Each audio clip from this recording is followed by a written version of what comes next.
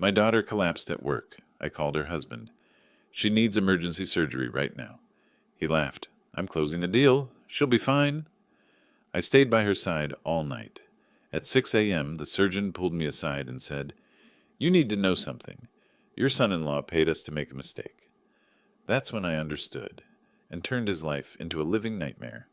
Before continuing, subscribe to the channel, and write in the comments what time it is in your region right now. The phone rang at 2:14 in the afternoon, and I remember the exact moment because I was in the middle of cleaning the mainspring on a 1923 Waltham pocket watch, a piece I'd spent 3 weeks tracking down from an estate sale in Chattanooga. My name is Russell Parker. I'm 70 years old. I live alone at 447 Westfield Drive in Knoxville, Tennessee, and for 25 years I sat in Courtroom B of Knox County District Court and recorded every word spoken by judges, lawyers, liars, and the occasional person telling the truth. I have a steady hand and a quiet mouth.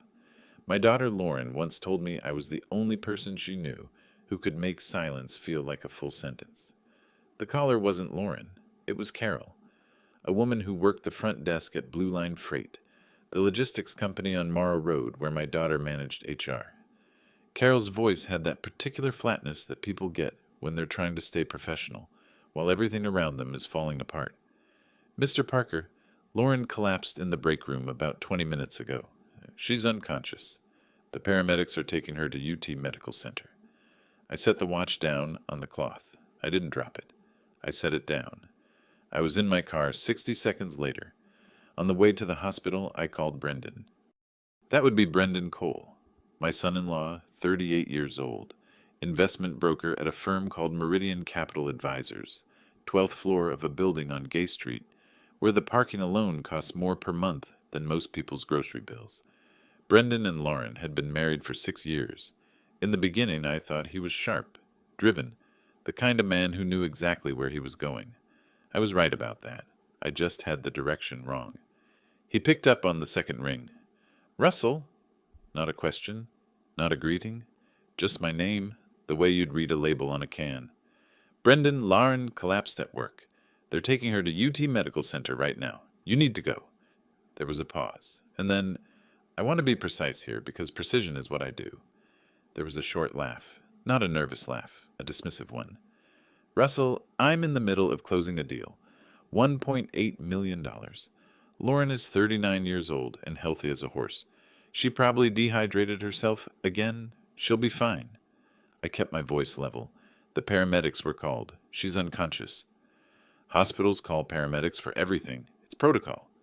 Brendan, your wife is in an ambulance. Another pause. I heard voices in the background, muffled, professional, the sound of a conference room. Then, I'll check in after the meeting. Keep me posted. And he hung up. I drove the rest of the way in silence. The ER at UT Medical Center on Alcoa Highway smells like antiseptic and recycled air, and the particular anxiety of people waiting to find out whether their lives are about to change. A nurse took my name and Lauren's, checked something on her screen, and said a doctor would be out shortly. I sat in a plastic chair near the surgical wing. It was the kind of chair designed to discourage long stays. Hard, narrow, slightly tilted forward. I've sat in worse. Courtroom benches for 8 hours straight will recalibrate your tolerance for discomfort considerably. A resident came out 20 minutes later. She was young, maybe 30, with the careful face of someone who has learned to deliver information without inflection. Mr. Parker, your daughter has a ruptured ovarian cyst. It's caused internal bleeding. We need to take her into surgery immediately. She paused. The procedure will take approximately 6 hours. Is she in danger? We'll do everything we can. She's in good hands. That's doctor. For yes. I called Brendan again. Voicemail. I called a third time. Voicemail. I left a message that was 3 sentences long and entirely factual. Ruptured cyst, internal bleeding, 6-hour surgery. I put the phone in my pocket and went back to my chair. I want to tell you I paced. I want to tell you I demanded updates every hour, that I charmed the nurses into giving me information, that I did something useful with my hands. The truth is, I sat. I've spent a career being the still point in a room full of motion, the person whose job was to listen, not to react. Old habits don't retire. They just find new furniture to settle into. The hours move the way hours do in hospitals, slowly and then in lurches. 6 o'clock became 7. 7 became 9. The waiting room filled and emptied around me. A man in his 50s sat across from me for 2 hours, staring at his shoes, then left without a word. A woman with 3 kids under 10 took up the corner, and one of the children, a boy, maybe 5, fell asleep across 2 chairs with his sneakers still on. I watched him sleep and thought about Lauren at that age, how she used to fall asleep on car rides home with her face pressed against the window, leaving a small fog print on the glass. Brendan never came. The surgery finished just after 1 in the morning. The resident came back out, same careful face, but something behind the eyes that I couldn't quite read. She's out of surgery. She's stable. But, she chose her next words slowly, there were some complications during the procedure, nothing that can't be managed. She'll need rest and monitoring. She paused again in the particular way that means there's more. Dr. Foster, the attending surgeon, would like to speak with you. He asked that I give you a message. What message? The nurse glanced once toward the nurse's station, then back to me. She lowered her voice, though there was no one close enough to hear. He asked if you could stay. He wants to speak with you personally, at 6 in the morning. The chairs near the surgical wing don't get more comfortable at 2 in the morning. I can confirm this empirically. I found a spot in the corridor, near a window that overlooked the parking structure. Not much of a view, but there was a vending machine 20 feet away and a working outlet for my phone, which made it the best real estate in the building. I bought a coffee that tasted like someone had described coffee to a machine that had never tasted it, and I sat. There is a particular quality to waiting alone at night in a hospital. The sounds are different, quieter, but somehow more present. Footsteps, the wheeled squeak of a medication cart, the low hum of equipment behind closed doors. After 25 years of courtrooms, I know how to read a room by its sounds. Hospitals at night sound like held breath. I had 4 hours to fill, so I went back. Not physically, in my head.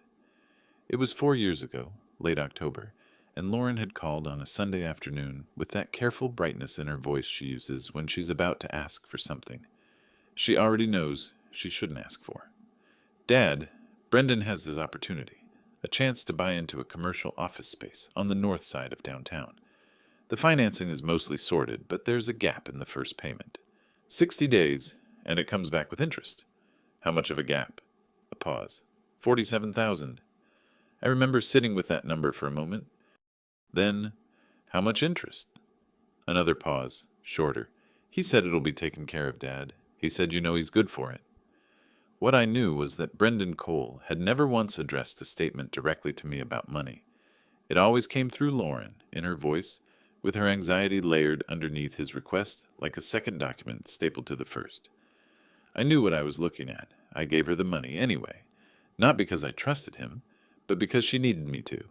That was 4 years ago. The $47,000 never came back. Not a payment, not a mention, not a text message that accidentally referenced it. It simply ceased to exist, the way things do when the person who owes you decides that silence is easier than acknowledgement.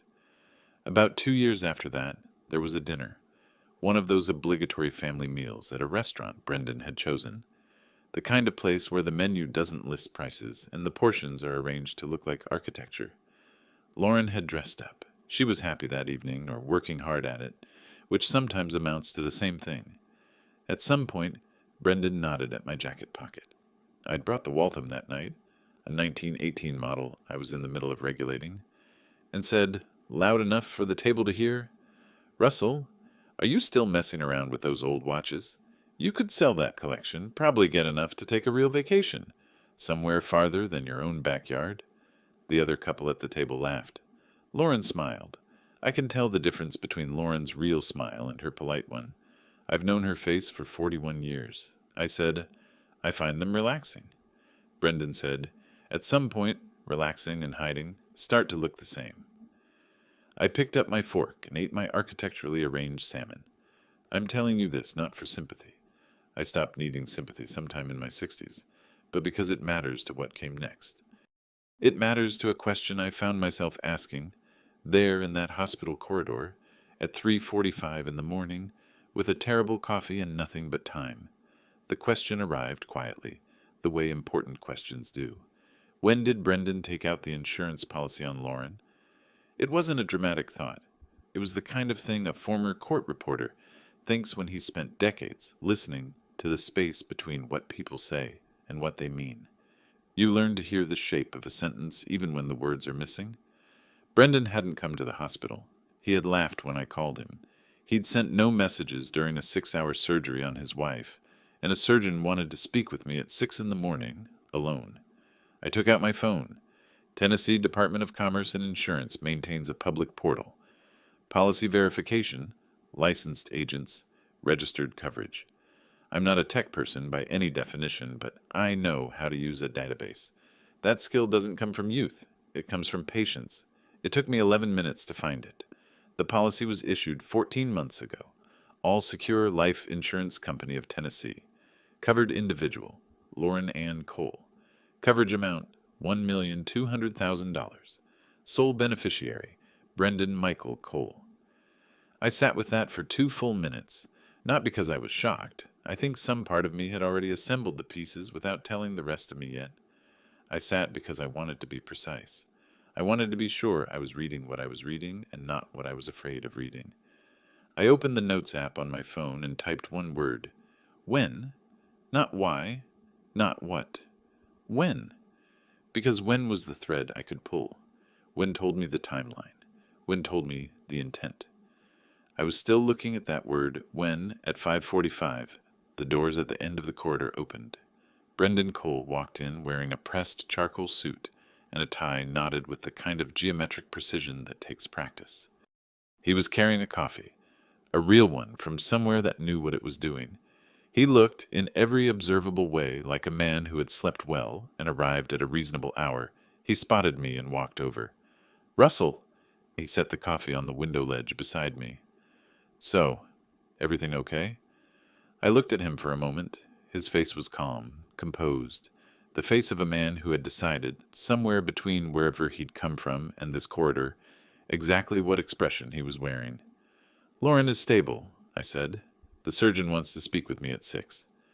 "Right, I'll come with you. I'm her husband, so?" He checked his watch. One of his collection pieces. A Patek Philippe, the kind with a subdial at 6 o'clock. Beautiful engineering. I know because I know watches. "Sure," I said. I turned back to the window. In the parking structure below, a nurse was walking to her car, head down, shoulders up against the December cold. Her breath made a small cloud, then disappeared.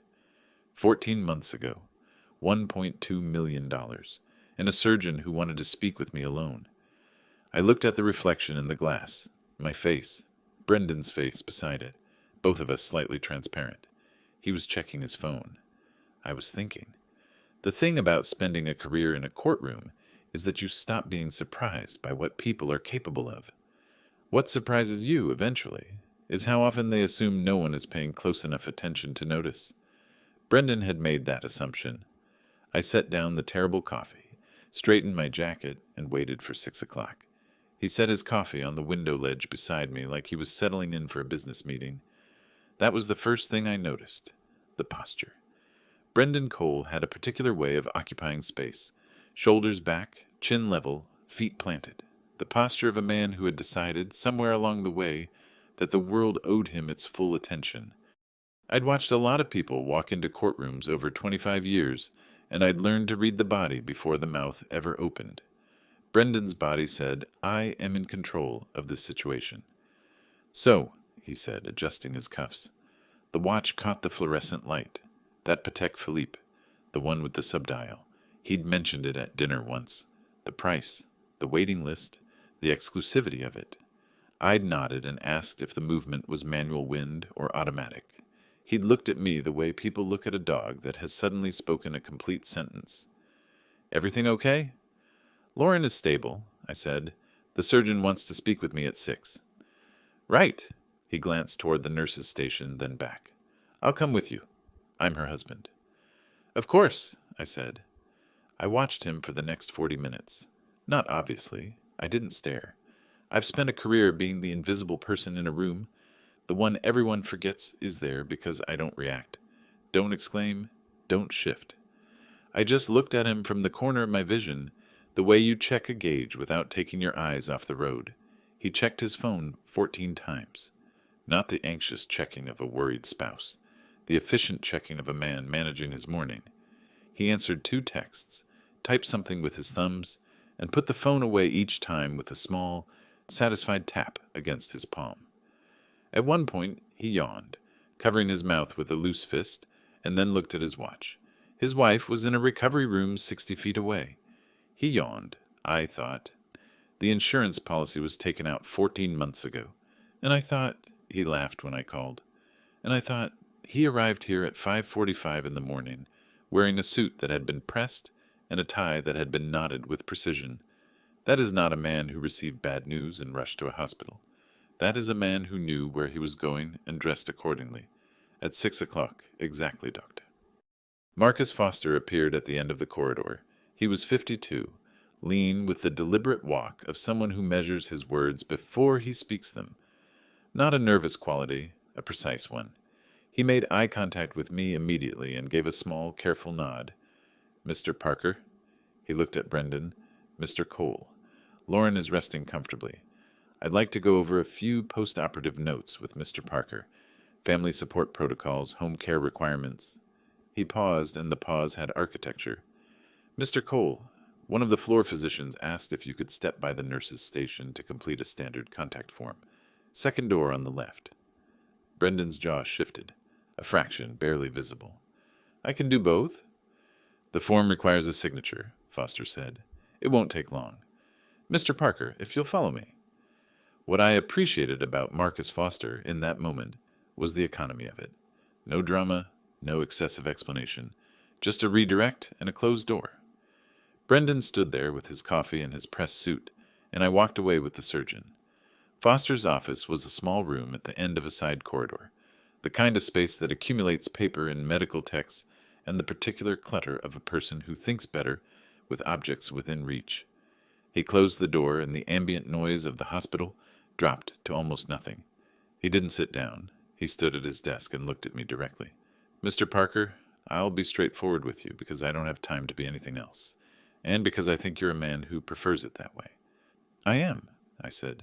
He opened the top drawer of his desk and took out a plain white envelope and a small USB flash drive. He set both on the desk between us. The evening before Lauren's surgery, roughly 12 hours before her procedure, I received a phone call on my personal cell number. The caller identified himself as a family representative. He said he was acting on behalf of someone who wanted to make sure the surgery was handled with appropriate care. Foster's voice was flat and precise. He offered me $18,000 in cash. The condition was that the procedure would experience complications. Not catastrophic. He was specific about that. Prolonged. Difficult. The kind that result in extended hospitalization and a poor prognosis. The room was very quiet. I told him I wasn't interested, Foster continued, and then I ended the call, immediately documented the conversation in writing to the hospital administrator, and recorded a summary on my personal device. He tapped the flash drive. Tennessee is a one-party consent state. The recording is legally made. I've filed an internal report. I've also reported it to hospital security. He looked at me steadily. The caller did not give a name, but he said, and I want to be exact here, Mr. Cole sends his regards and asks that you be thorough. I picked up the flash drive. It was light, unremarkable. A plain black rectangle the size of a stick of gum. I turned it over once in my fingers and thought about weight, how the heaviest things rarely announce themselves. Why are you telling me? I asked, not challenging, genuinely asking. Because Lauren has no idea, Foster said, and because whoever made that call knew my direct line, knew the surgical schedule, and knew Lauren's full name and case number. That information doesn't circulate widely. He paused. I've been practicing surgery for 22 years, Mr. Parker. I've seen a lot of things come through those operating room doors. A father who spent the night in a corridor waiting for news about his daughter. I wanted him to have what I had. I looked at the flash drive in my hand. 25 years in a courtroom. I recorded the words of people who thought no one was truly listening, who spoke freely in front of the steno machine because they had decided I was furniture. I'd transcribed confessions that weren't confessions, agreements that weren't agreements, and moments when the whole architecture of a person's careful construction came apart in a single sentence. Now someone had recorded the words of a man that my son-in-law had hired. I put the flash drive in the inner pocket of my jacket. I picked up the envelope. Inside was a single printed sheet, Foster's written summary of the call, time-stamped, signed and dated. "Thank you," I said. "I hope your daughter recovers well," Foster said. I walked back down the corridor. Brendan was exactly where I expected him to be, standing near the window ledge, coffee in hand, phone face down on the ledge beside him. He turned when he heard me coming. "So?" he said. "What did the doctor say?" I looked at him. His face was composed and attentive, performing the expression of a concerned husband with the same ease that a skilled actor hits a mark on stage. The charcoal suit, the perfect knot. The watch at exactly the right angle on his wrist. I said, "He said Lauren needs rest. And so do I." I walked past him toward the exit. I didn't look back. Behind me I heard the faint sound of his coffee cup being set down. Not hard, not gentle. Just placed. The sound of a man recalibrating. I pushed through the doors into the December morning. The parking lot at UT Medical Center at 6:15 in the morning is a particular kind of quiet. The overnight shift still inside. The day shift not yet arrived. The air cold and flat in the way December air gets in East Tennessee when the wind comes off the ridge. I sat in my car for 4 minutes without starting the engine. I want to be honest about those 4 minutes, because I think they matter. I wasn't composing myself. I wasn't overwhelmed. I was doing what I have always done in moments that require precision. I was being still long enough to think clearly. Here is what I knew, sitting in that parking lot. My son-in-law had taken out a $1,200,000 life insurance policy on my daughter 14 months ago, naming himself as the sole beneficiary. My daughter had been brought to this hospital unconscious the previous afternoon. A surgeon had been contacted by someone claiming to represent Brendan Cole and offered $18,000 to ensure the surgery produced serious complications. The surgeon had refused, reported it, and handed me the recording. Here is what I did not know: whether the phone call could be traced to Brendan directly, whether there were other elements I was missing, whether I was, despite all of this, looking at something that could dissolve in a courtroom for reasons I couldn't anticipate. I had spent 25 years watching cases fall apart. I knew exactly what solid evidence looked like, and I knew exactly how much work it took to build something that couldn't be dismantled by a competent defense attorney. One recording and one insurance policy was a beginning. It was not an end. I took out my phone. I opened the browser and searched Tennessee Department of Commerce and Insurance Fraud Hotline. The number came up immediately. I called it, and a woman with a patient voice answered on the third ring. I told her I had information regarding a potential insurance fraud scheme involving a life policy and an attempt to influence a medical outcome. She transferred me to an investigator. I gave him the policy number. I had written it in my notes the night before. The name of the insurer, All Secure Life, and the name of the beneficiary. He gave me a case reference number and told me someone would be in contact within 5 to 7 business days. I wrote the case number down, then I drove home. I slept for 4 hours. Not well, but adequately. The sleep of someone who has been awake for 22 hours and whose body has made a unilateral decision. I was up before noon, sitting at the kitchen table with a legal pad and a pen, doing what I know how to do, organizing information.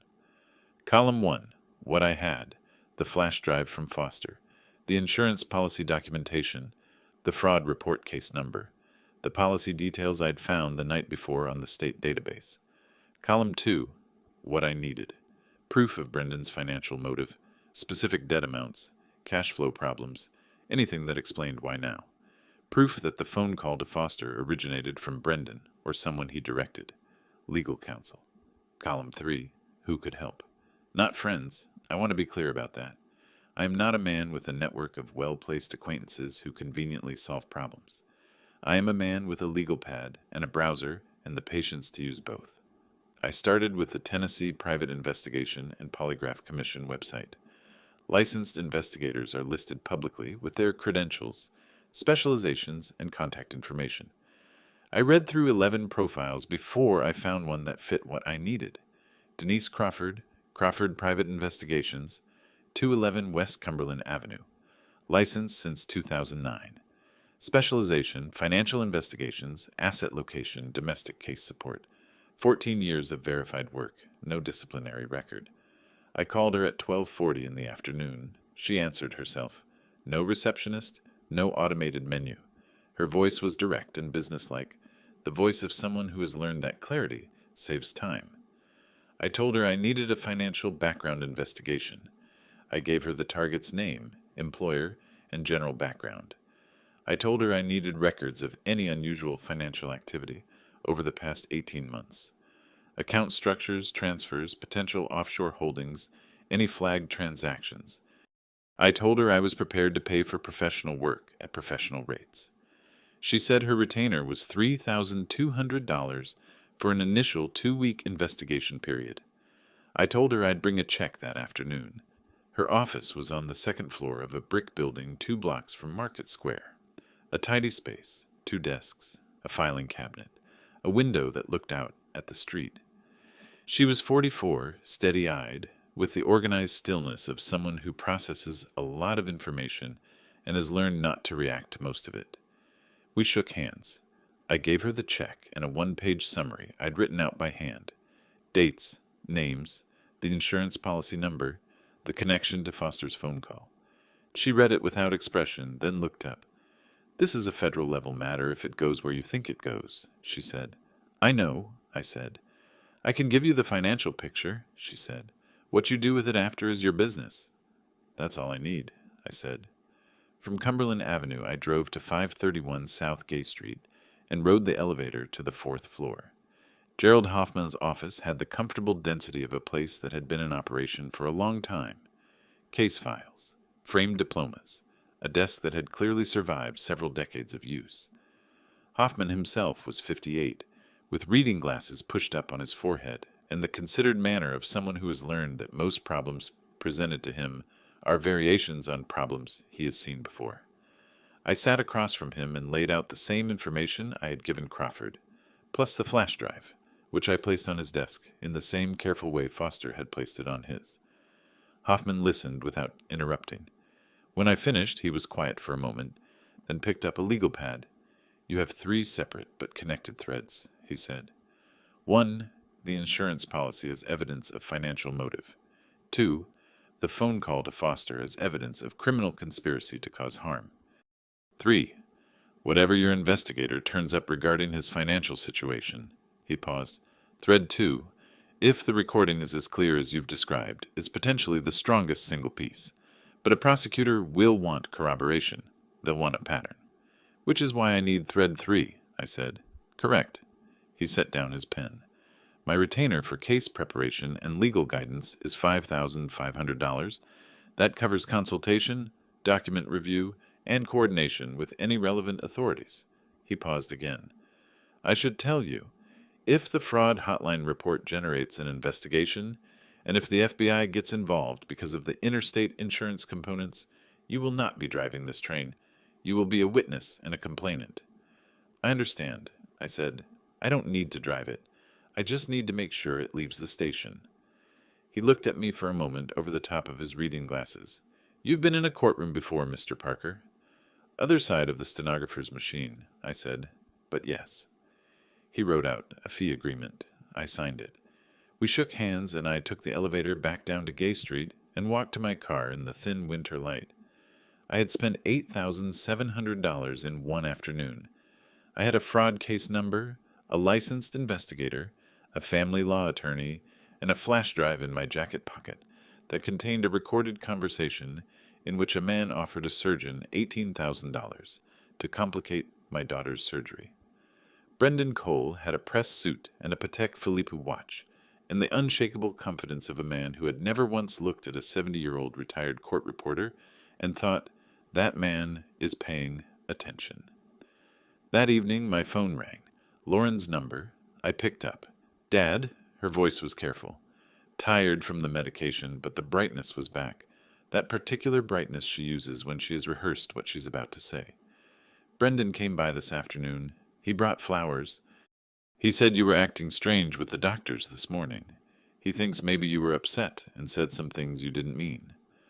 I looked out the window at the street. A neighbor's porch light had come on against the early dark. "Lauren," I said, "how are you feeling?" A small pause. "Better. Still sore, but better." "Good," I said. "Rest. I'll talk to you soon." I hung up and opened my legal pad to the second column.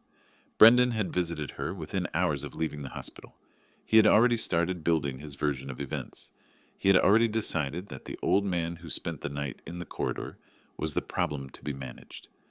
I drew a line under the second column and wrote 2 words at the bottom. He started. Below that, I wrote 1 more. Good. I've always kept a legal pad on the kitchen table. Not a laptop, not a phone. A yellow legal pad and a reliable pen. For 25 years, every significant thing I wrote began on a legal pad first. Case notes, transcription corrections, personal accounts of unusual proceedings. There is something about the deliberate physical act of writing by hand that slows the mind to the right speed. You can't type faster than you think. You can write faster than you should. I woke up before noon, made coffee, and sat down. At the top of the first page, I wrote 2 words, what I know. Then I wrote 6 lines. Life insurance policy on Lauren, $1,200,000. Issued 14 months ago. Sole beneficiary, Brendan Cole. Someone called Dr. Marcus Foster the night before Lauren's surgery and offered $18,000 to cause complications. The caller said, "Mr. Cole sends his regards." Brendan did not come to the hospital during a 6-hour emergency surgery on his wife. He arrived at 5:45 a.m. in a press suit with coffee, showing no sign of having received difficult news. He visited Lauren in the hospital and immediately began characterizing my behavior to her, preemptively, before anyone asked. I turned to the second page and wrote, what I need to prove.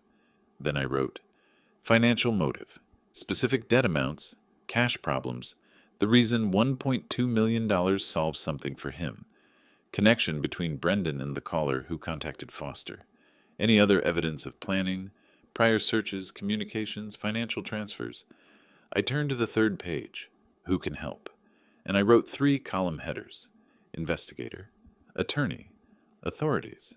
I'd already spoken to the fraud hotline. I'd already retained Gerald Hoffman. The investigator column was still blank. I opened my laptop and went to the Tennessee Private Investigation and Polygraph Commission website. The state maintains a public directory of licensed investigators with their credentials, case specializations, and contact information.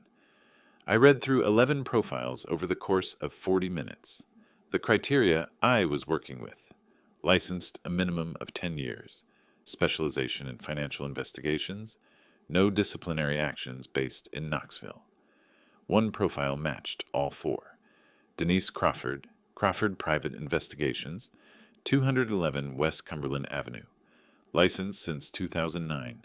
Stated specialization, financial background investigations, asset location, domestic case support. No complaints on record. I called at 12:40 in the afternoon. She picked up herself. No service, no receptionist, just a direct voice that said her name and waited. I told her I needed a financial background investigation on an individual. I gave her the target's name, employer, and general background. I told her I needed records of any significant financial activity over the past 18 months, account structures, movement of funds, potential offshore holdings, any flagged transactions or regulatory contacts. I told her I was not asking her to do anything outside her license, and I was prepared to pay for careful, documented work. She asked 2 questions: whether the investigation was related to a current legal matter, and whether I had any existing documentation I could share. I said yes to both. Her retainer was $3,200 for an initial 2-week investigation period, with a written report at the end. I agreed and said I'd come by that afternoon. Before I drove to Cumberland Avenue, I made one more call. All Secure Life Insurance Company of Tennessee maintains a general customer service line. I called it and identified myself as a family member of the insured, which was accurate, and asked several general questions about how the company handles active life policies during a medical hospitalization. Was the policy still in effect during a recovery period? What was the standard process if a claim were to be filed? Was there a waiting period for review? The representative was helpful and entirely unsuspecting. She confirmed the policy was active. She confirmed no claim had been filed. She confirmed that a death benefit claim would go through their standard review process, which typically took 4 to 6 weeks, and would require a certified death certificate and the original policy documents. I thanked her and hung up. No claim had been filed, which meant Brendan was waiting, which meant he still believed the situation could be recovered, that the surgery had gone poorly enough or could be managed toward a poor enough outcome that the policy would eventually pay. I wrote that down too. Crawford's office was on the second floor of a brick building, 2 blocks from Market Square. Clean space, organized, 2 desks, a filing cabinet, a south-facing window. She was 44 with a direct manner and the particular stillness of someone who processes a great deal of information and has learned not to visibly react to most of it. We shook hands. I placed the check on her desk and handed her a single page I had written out that morning. A summary of events, names, dates, the policy number, and the connection to Foster's recording. She read it in full without interrupting. Then she set it down and looked at me. "This is federal territory if it develops the way the recording suggests," she said. "I know," I said. "My job is the financial picture. What you build from that is your business and your attorneys." "That's exactly what I need," I said. We shook hands again and I left. From Cumberland Avenue I drove to 531 South Gay Street and took the elevator to the 4th floor. Gerald Hoffman was at his desk with reading glasses pushed to his forehead and a pen in his hand, and he listened to my update, the insurance company call, the investigator retained. With the attentive stillness of a man noting additions to a file he already understood. "Good," he said when I finished. "The more we can demonstrate financial motive with specificity, the stronger the complaint to the FBI becomes. One recording is a starting point. Pattern documentation is a case." He reviewed the fee agreement we'd signed the previous day and confirmed everything was in order. We agreed to speak again once Crawford's report was available. I drove home in the late afternoon, the December light going flat and gray by 4 o'clock, the way it does in East Tennessee in winter. I made dinner, which I ate at the kitchen table next to my legal pad. I was reviewing my column 3, Authorities, when my phone rang. Lauren. "Dad," the careful brightness again. "Brendan came by today. He brought flowers." A pause. "He said you were acting strange with the doctors this morning. Said you were probably just upset and that maybe you said some things you didn't mean." I looked at the legal pad. "Lauren," I said, "how are you feeling?" "Better. Still sore, but better." "Good," I said. "Rest. I'll talk to you soon." I hung up and sat for a moment. Then I wrote one line at the bottom of the page, under everything else. Brendan visited her and started building his version, before anyone asked, before she could form her own questions. Below that, I wrote, "He thinks the variable is me. He's trying to neutralize the variable." I underlined that last sentence. Then I put the pen down, finished my coffee, and went to check on the 1923 Waltham, still sitting on its cloth in the living room. The mainspring still needed adjusting. Some things wait. 7 days passed. I kept my routine deliberately unchanged. Coffee in the morning, the legal pad, my chess club on Wednesday evening at the Knoxville Public Library, meeting room on Church Street. I visited Lauren twice at the hospital.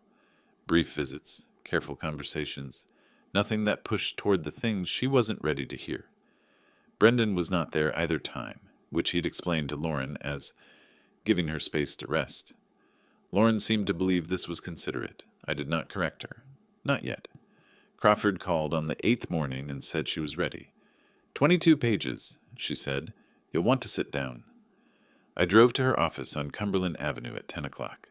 She had the report printed and organized in a manila folder, tabbed by section. She walked me through it methodically, the way professionals do when they've found something significant and want to make sure you understand the architecture before you see the conclusion. Section 1. Brendan Cole's Personal Financial Accounts.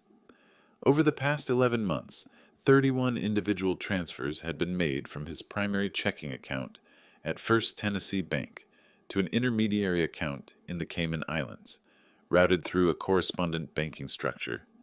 Transfer amounts ranged from $3,100 to $7,800 each. Total transferred $112,000. The pattern, small amounts, irregular intervals, spread across 11 months, was consistent with deliberate structuring to avoid automatic reporting thresholds. Section 2. Meridian Capital Advisors. Crawford had accessed FINRA's public broker check database, which showed that a client complaint had been filed against Brendan Cole 6 weeks prior, alleging an unauthorized discretionary trade in a retirement account that had resulted in a $67,000 loss. The complaint was under review. Brendan's broker license was currently active but flagged. Section 3. Private Debt Obligation. A business partner at Meridian, a man named Kevin Shaw, had filed a civil claim in Knox County Circuit Court, a matter of public record, seeking repayment of a $338,000 personal loan made to Brendan Cole. The filing date was 11 days prior, the stated repayment deadline in the original loan agreement, the 1st of February. I sat with the folder open on my lap for a moment. $1.2 million in insurance proceeds, $112,000 in offshore transfers, $338,000 owed to a business partner with a deadline less than 6 weeks out, a broker license under regulatory scrutiny, and a wife who had been scheduled for emergency surgery the night after someone called her surgeon and offered cash to make it go wrong. "This is very thorough," I said. "That's what you paid for," Crawford said. I thanked her, took the folder, and drove directly to Hoffman's office. Hoffman read the report in 12 minutes, which told me he was a fast reader and that he understood immediately what he was looking at. When he set it down, he removed his reading glasses entirely, a gesture I'd come to recognize as his version of sitting forward. The Cayman transfers, combined with the FINRA complaint and the Shaw debt, establish a clear financial distress pattern, he said. This isn't a man with a casual problem. This is a man who structured offshore accounts and owed $325,000, with a hard deadline coming up. When you place that next to a $1.2 million insurance policy taken out 14 months ago, he stopped. A prosecutor will see that immediately. "That's what I'm counting on," I said. "We should move on the FBI," he said. "Not the fraud hotline, the actual Knoxville field office, Financial Crimes Division. The combination of interstate insurance fraud and the recorded call to Foster puts this squarely in federal jurisdiction." He looked at me. "Are you ready to do that?" "Yes," I said. He made 2 calls while I sat there, one to verify the address and the appropriate contact name at the Knoxville FBI field office on Gay Street, and one to his paralegal to prepare a summary brief of the relevant federal statutes. 18 U.S.C. Section 1347, Insurance Fraud, 18 U.S.C. Section 201, Bribery. He had the brief emailed to my phone before I left his office. The FBI's Knoxville field office is at 710 Locust Street, a federal building with that particular institutional architecture that says, "This place is permanent, and it is not impressed by you." I arrived at 2 in the afternoon and asked at the front desk for the Financial Crimes Division. I gave my name and said I had information regarding a potential insurance fraud matter that included an audio recording of a bribery attempt on medical personnel. I waited 11 minutes. Agent Todd Ramirez was mid-40s, compact, with the economy of movement that comes from doing precise work in small spaces. He brought me to a conference room, closed the door, and placed a notepad on the table. "Mr. Parker," he said, "tell me what you have." I told him, clearly, in order, without embellishment, the insurance policy, the timing, the call to Foster, the recording, the financial investigation results, the debt structure, the Cayman transfers, the Shaw lawsuit. I laid the flash drive on the table. I laid Crawford's report beside it. I laid the printed insurance policy documentation beside that. Ramirez listened without interrupting for the full 20 minutes it took me to go through everything. He made notes. He did not react, not to the recording description, not to the offshore transfers, not to the $338,000 debt. He was professional in the way that serious people are professional. Complete attention, no performance of it. When I finished, he was quiet for a moment. "The recording from Dr. Foster," he said. "He made it himself, on his personal device, on his own call." "Correct. One-party consent. Legally made in Tennessee." "And he's prepared to testify to what he heard?" "He filed an internal report with the hospital administration the same night.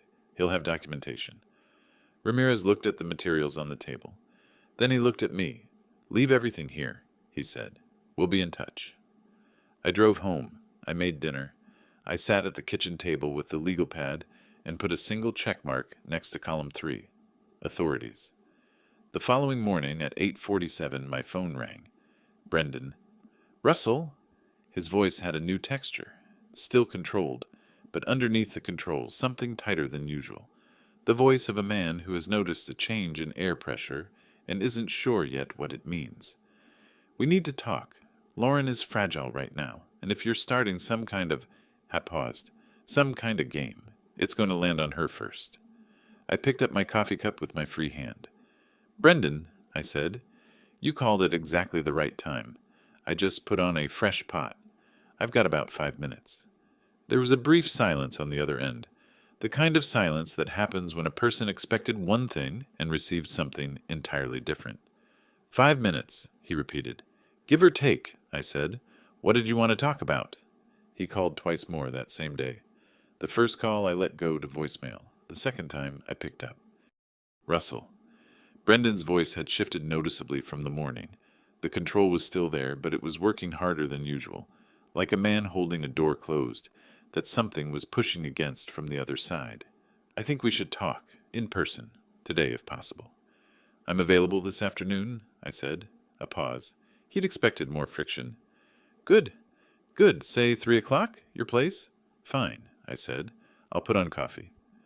I hung up and went to the small writing desk in my living room, where I keep a compact digital voice recorder, the same model I used for backup transcription during my last 3 years in court. I placed it in the breast pocket of my cardigan, positioned so the microphone faced outward through a buttonhole. Then I went to the kitchen and started the coffee. Tennessee is a one-party consent state. I knew this before Brendan ever called. I had known it for 25 years. You don't spend a career recording the legal proceedings of a one-party consent jurisdiction without understanding exactly what that means and precisely when it applies. It means that as long as one party to the conversation consents to its recording, the recording is legal.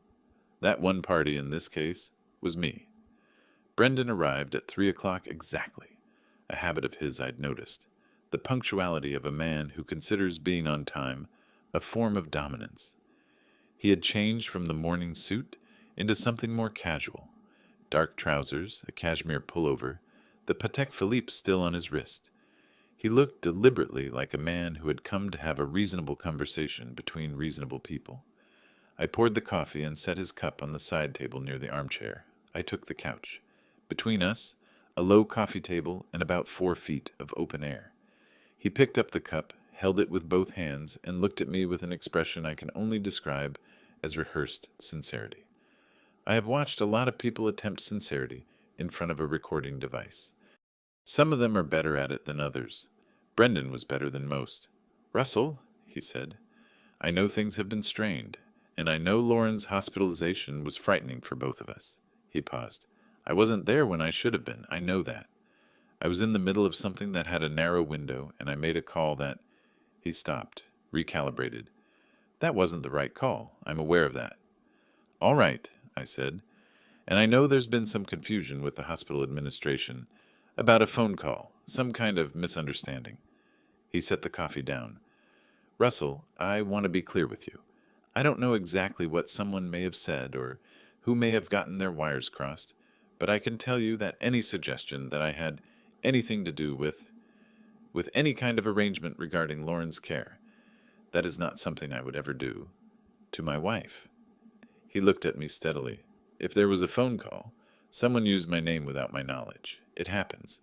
People get confused. Someone could have misheard." I looked back at him. I thought, someone used my name without my knowledge. "That makes sense," I said. He blinked. He had expected a harder wall.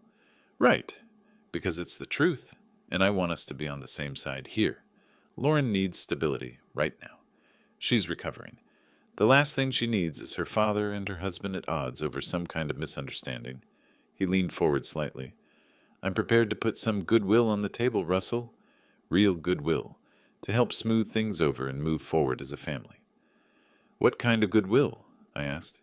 He reached into the inside pocket of his jacket and placed a folded sheet of paper on the coffee table. I picked it up. It was a handwritten note. Not a check, not a formal document, just a number written in Brendan's clean architectural script. $60,000. A family reconciliation gift, he said. No strings, no conditions. Just a gesture. I looked at the number for a moment. $60,000. Less than 5% of the insurance policy he was waiting to collect. The math was not complicated. I appreciate that, I said. I set the paper back on the table. Let me think about it. Something in his posture released.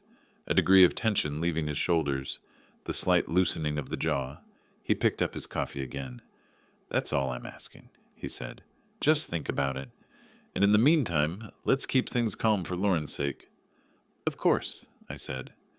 We talked for another 15 minutes about nothing of particular consequence. Lauren's recovery timeline, the weather, a restaurant that had opened near Market Square. Brendan was charming in the way that people are charming when they believe a problem has been resolved. At 3:50 he stood, shook my hand, firm grip, eye contact, the full package, and said he'd be in touch.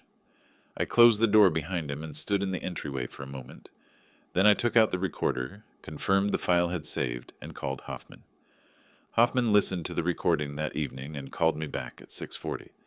He didn't confess, he said, but he didn't need to. He acknowledged the phone call existed, said someone must have used his name, and offered you $60,000 in the same sitting. A pause. A defense attorney will argue the money was a genuine reconciliation gesture. A prosecutor will argue it was an attempt to buy your silence about an ongoing criminal matter. Another pause. The second argument is considerably easier to make. I told him to forward the file to Agent Ramirez. 2 days later, Lauren came home. I drove to the hospital on Alcoa Highway in the late morning. Lauren was in the discharge area near the main entrance, sitting in a wheelchair the hospital required for checkout, a bag on her lap, and a look on her face that I recognized, the particular combination of relief and exhaustion that comes from being inside an institution for too long. She stood when she saw me, moving carefully. In the car she was quiet for the first few miles. Then, Brendan said he's going to cook dinner tonight. Make it up to me. I kept my eyes on the road. Lauren, I said, there are some things I need to tell you. Not today, but soon, when you've had a few days to rest. She turned and looked at me. Not the defensive look she sometimes gets when she suspects I'm going to criticize Brendan. Something different. Something that had been sitting behind her eyes since before the hospital, maybe, waiting for permission to surface. Okay, she said. That evening, Hoffman called at 8. Russell? His voice had a different quality than usual, the flatness of a man delivering specific news. FINRA suspended Brendan's broker license this afternoon. Temporary, pending investigation of the client complaint. But his firm has been notified. He cannot execute trades or manage accounts until the suspension is lifted. I sat with that for a moment. How long does temporary suspension typically last? I asked. Weeks to months, Hoffman said. The FINRA complaint alone could take 6 months to resolve. But here's the more immediate problem for him. His debt to Kevin Shaw comes due in approximately 5 weeks. Without active income from the brokerage, and with his domestic accounts under increasing scrutiny, he has very few places to turn. I thought, a man who has been counting on a $1.2 million insurance payout, who now cannot work, who owes $338,000 in 5 weeks, and who does not yet know that the FBI has his complete financial profile on a table at 710 Locust Street. Thank you, Gerald, I said. I put the phone down and wrote one line on the legal pad. The walls are closing. He just doesn't know it yet. 3 days after Lauren came home, I drove to her house. It was a Thursday morning, gray and cold, the kind of January day in Knoxville that makes no promises about improvement. Lauren's house was a 2-story colonial on North Shore Drive. A good house, the kind that looks like a life going according to plan from the outside. Brendan's car was not in the driveway. Lauren had texted me that morning. "Brendan's at the office. Come whenever." I brought 3 documents in a manila folder. I had spent the previous evening preparing them carefully, not summarizing, not editorializing, just selecting the clearest pieces of existing material and arranging them in chronological order. Document 1, a printed copy of the All Secure Life Insurance Policy Summary, showing the coverage amount, the issue date 14 months prior, and the sole beneficiary field, Brendan Michael Cole. Document 2, 4 pages from Denise Crawford's report, covering the Cayman Islands account, the account number, the originating bank, the 31 transfer records over 11 months, the total of $112,000. Document 3, a 1-page summary I had typed up myself, based on Dr. Foster's written statement, describing the phone call to his direct line the night before Lauren's surgery. No names from me, just Foster's documented account, the offer of $18,000, the stated condition, and the words, "Mr. Cole sends his regards." I did not include the recording. I did not include the FBI referral. I did not include Crawford's full report, or the Shaw lawsuit, or the FINRA suspension. Lauren did not need to know everything at once. She needed to know enough to ask her own questions. She met me at the door in a gray sweater, moving carefully, one hand briefly touching the doorframe as she stepped back to let me in.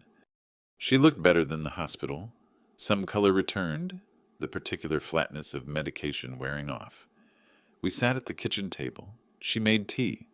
I set the manila folder on the table between us, but didn't open it. "Lauren," I said, "I need to show you some things. I want you to read them yourself, and I want you to ask me anything you need to ask. And I want you to know that everything I'm about to show you is documented. I didn't write any of it." She looked at the folder, then at me. "What is it?" "Open it," I said. She read slowly. I watched her face and did not speak. The first document, the insurance policy. She read twice. I saw her jaw tighten slightly on the second pass, the moment she was doing the arithmetic on the issue date. 14 months ago. Their marriage was 6 years old. People take out life insurance, but they take it out at the beginning, not 14 months before a medical emergency. The second document, the Cayman transfers, she read with a particular stillness. She turned 2 of the pages back to compare them, tracing a line with her finger. She was not a financial analyst, but she was an HR manager who had handled employment contracts and benefit documents for a decade. She understood structured numbers. She understood when something had been built to look irregular. The third document she read once. Then she put it flat on the table and placed both palms on it and looked at the window. The kitchen was very quiet. After a long moment she said, "He really thought I was going to die." Not a question. A sentence being tested, the way you test ice before stepping onto it, pressing your weight gradually to see if it holds. "I don't know what he thought," I said. "I know what he did." She turned and looked at me. Her eyes were wet, but her face was controlled.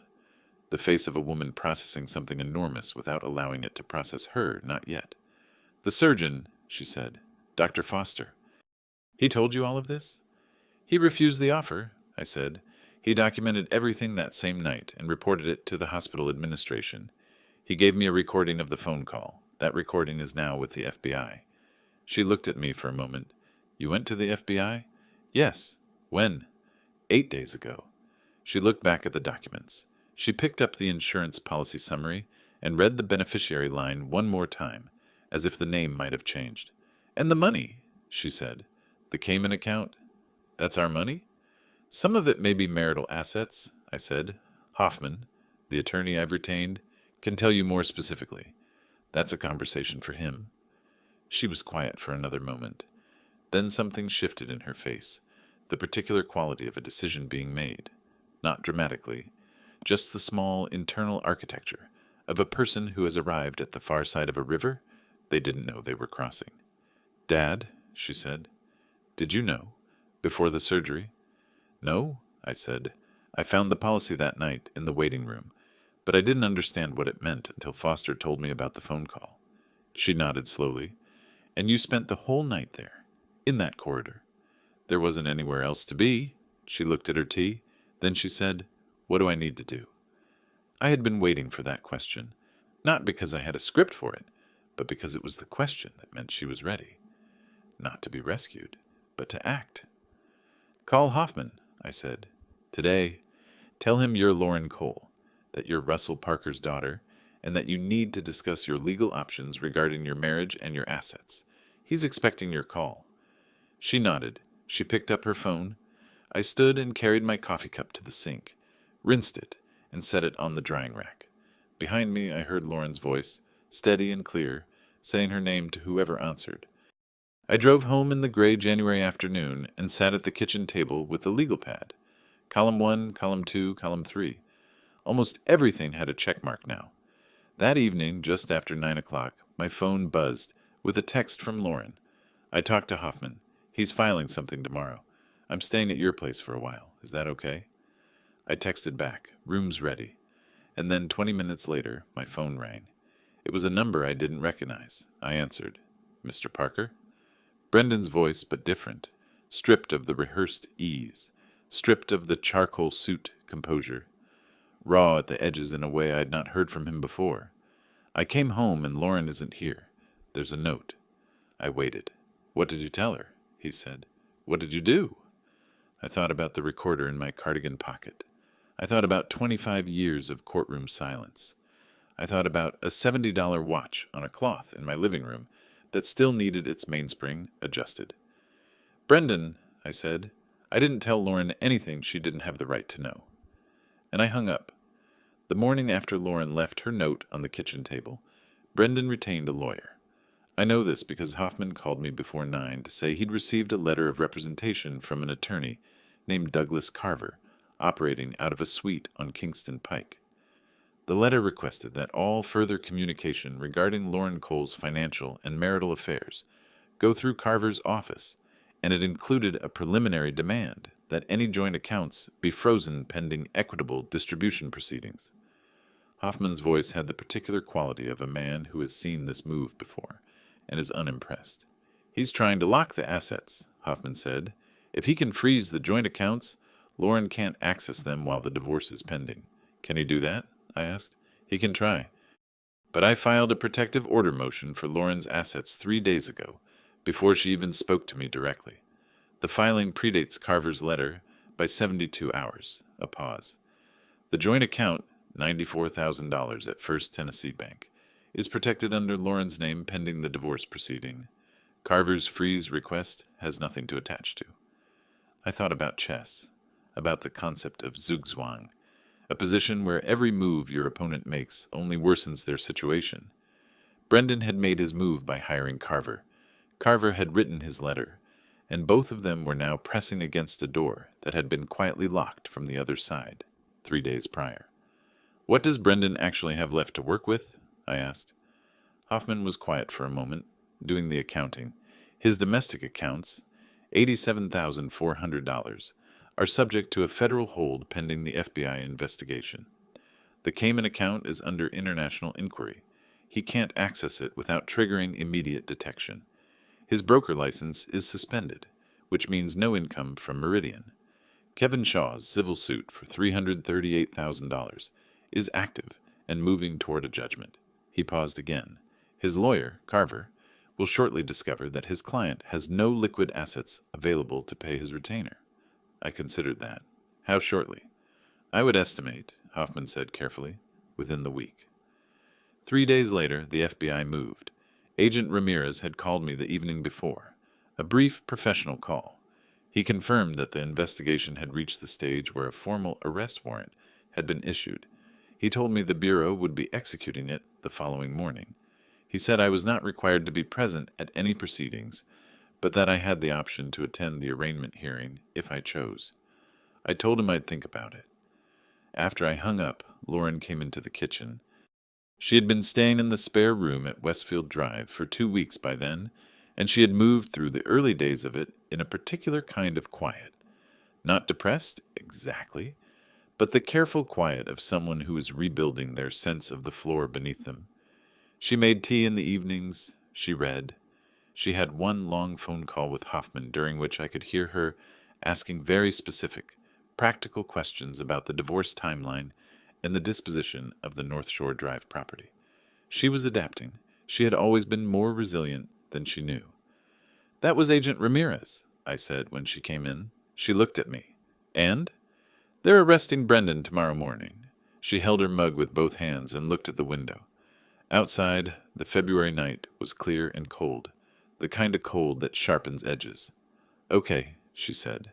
"There's an arraignment hearing. I can go." She looked back at me. "I'm going too," she said. It was not a question. That same morning, before the arrest, before the hearing, something else happened that I did not anticipate, though in retrospect I should have. Brendan showed up at the front door of Westfield Drive at 7:45. I saw him through the side window before I answered, standing on the porch in a coat I didn't recognize, a cheaper one than he normally wore, and without the Patek Philippe on his wrist for the first time I could remember. His hands were in his pockets. His hair, which he had always kept with the precision of a man who considers appearance part of his professional toolkit, was slightly off. Not disheveled, but not quite right. The charcoal suit was gone. The performance of it was gone. What stood on my porch was a 38-year-old man who had spent several weeks watching the structure he had built, carefully, deliberately, over years, come apart in ways he could not stop and could not charm his way around. He looked like what he was, a man who had run out of moves. I opened the door but didn't step back to invite him in. "Russell?" His voice was flat, stripped of the warmth he used to deploy like a tool. "I need to talk to Lauren." "Lauren isn't available," I said. "I just need 5 minutes. Please." He said the word with a visible effort, the way people say things they have practiced saying and still find difficult. "Brendan," I said, "in about 2 hours a federal agent is going to come to wherever you are and place you under arrest. I'd suggest you spend those 2 hours with your attorney." He looked at me for a long moment. Something moved across his face. Not anger, not the calculated composure, but something simpler and harder to watch. Recognition, maybe. The particular recognition of a person who has finally understood the full dimensions of the thing they have walked into. "You did all of this," he said. "You." I looked back at him steadily. "Brendan," I said, "I watched you for 6 years. You talked at me, past me, and around me. You borrowed $47,000 and never mentioned it again. You told people at a dinner table that I should sell my watches because my life wasn't worth anything past my own backyard." I paused. "I didn't do anything to you. You did everything to yourself. I just made sure it was documented." He stood on the porch for another moment. Then he turned and walked back to his car. A different car than the one I recognized, something older, a rental maybe, and drove away. I closed the door and went to put on the coffee. Lauren was standing in the hallway. She had heard. "You okay?" I asked. "Yes," she said, and she meant it. We arrived at the Knox County Federal Courthouse on Main Street at 8:50 in the morning. The building is solid limestone, the kind of architecture that communicates permanence without effort. It has been here. It will be here. It does not particularly care what you think of it. I had walked through its doors hundreds of times over my career, always with a steno machine in a case and a role that required complete neutrality. I had recorded proceedings in that building involving fraud, theft, conspiracy, and the full spectrum of human miscalculation. I had never attended as a witness. I had never attended as anything personal. Lauren walked beside me. She was dressed simply, dark coat, her hair back, and she moved with the careful deliberateness of someone who has made a decision and is following through on it, without hesitation.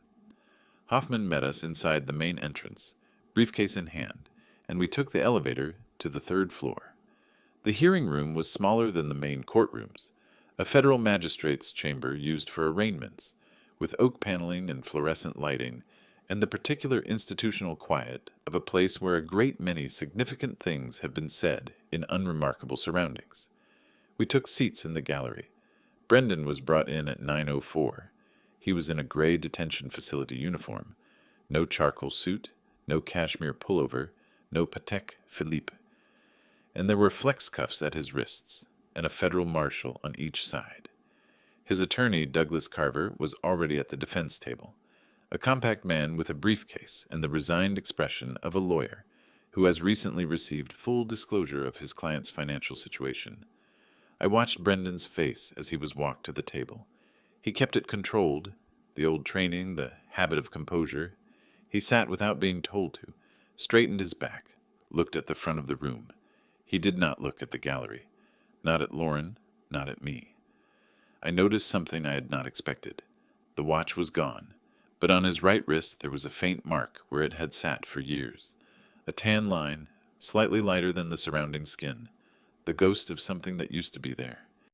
The federal magistrate, a woman in her 60s with reading glasses on a lanyard and the efficient manner of someone processing a necessary function, came in and the room stood. She sat, we sat, and she opened the file. The charges were read. Count 1. Conspiracy to commit insurance fraud, in violation of 18 U.S.C. Section 1347. The indictment described the $1,200,000 life insurance policy, the documented financial motive, the Cayman account structure, and the recorded phone call to Dr. Marcus Foster offering $18,000 to cause surgical complications. Count 2. Attempted bribery of a medical professional in violation of 18 U.S.C. Section 201. The indictment cited the Foster recording directly, including the specific language used by the caller, the amount offered, and the stated reference to Brendan Cole by name. Count 3. Financial structuring and concealment of assets, in connection with the 31 Cayman transfers, totaling $112,000. Carver entered a plea of not guilty on all counts. The magistrate looked at the government's filing, looked at Carver's bail application, and looked at Agent Ramirez, who was present at the prosecutor's table. Ramirez stood and cited 3 specific factors opposing bail: the offshore account structure indicating preparation for asset flight, the scale of the alleged financial conspiracy, and the absence of liquid domestic assets that could secure a meaningful bond amount. Carver argued he was professional and made the points available to him. The magistrate listened. Then she said, "The court finds that the documented existence of offshore accounts, combined with the suspension of the defendant's professional licensure in the scope of the alleged conduct, presents a significant flight risk. Bail is denied pending trial, remanded to federal custody." She closed the file. Brendan sat very still at the defense table. Carver leaned over and said something to him in a low voice. Brendan did not respond. He sat with his hands folded on the table and looked at the middle distance with an expression I had not seen on him before. Not anger, not calculation, not the rehearsed composure. Something emptied out, the face of a man who had spent years being certain he was the smartest person in any room he walked into, and had arrived at a room where that certainty no longer held. I watched his hands. They were still. The flex cuffs were loose enough for that. The marshals moved to either side, and he stood, and in that moment, just before they walked him out, he turned his head and looked at the gallery. He found Lauren first. She met his eyes and held them without expression. No anger, no grief. Just a person seeing clearly what she was looking at. Then his eyes moved to me. I don't know what he expected to see. Triumph, maybe. Satisfaction. The look of a man who has won and knows it. I've seen that look in courtrooms. It has a particular quality, a brightness that borders on cruelty. I didn't give him that. I just looked back at him the way I have always looked at things that required my complete attention, steadily, without performance, without hurry. The marshals walked him out. In the corridor afterward, Lawrence stood beside me while Hoffman went through the practical summary in his methodical way. The divorce proceeding would finalize within approximately 6 weeks. Lauren would receive the North Shore Drive property outright, as the marital home was in her name on the title, and the $94,000 in the joint account would transfer to her sole account within 10 days of the protective order being lifted.